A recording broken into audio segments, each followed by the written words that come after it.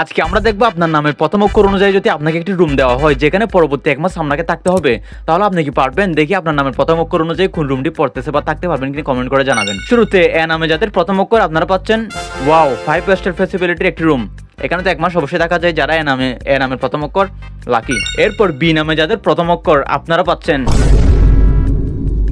শুধু রাতে একটা জিনিস খেয়াল রাখবেন যেন রাতে সাপে গপ গপ করে না দেয়, বুঝতে তো পারছেন সাপের রুমের মধ্যে 1 মাস থাকা মানে। এরপর আই লেটার দিয়ে যাদের নামের প্রথম অক্ষর শুরু আপনারও ওয়াটার পার্ক রুম, শান্তিতে থাকা যাবে, গরমকালে তো অনেক বেশি ভালো লাগবে, বাট এই রুমটি অনেক ভালো লাগতেছে আমার কাছে।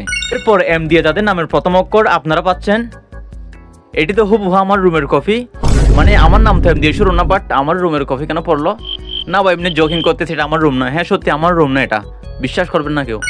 এরপর এস দিয়ে যাদের নামের প্রথম অক্ষর আপনারা পাচ্ছেন প্রথম একটা যদি 5 স্টার হয় তাহলে এটা হবে 6 স্টার, কারণ এত সুন্দর একটি রুম অবশ্যই 6 স্টার তকমা দেওয়াই যায়। তো ভিডিও শেষে কমেন্ট করে জানাবেন এখান থেকে আপনার ভাগ্যে কোন রুমটি পড়েছে এবং 1 মাস থাকতে পারবেন কিনা।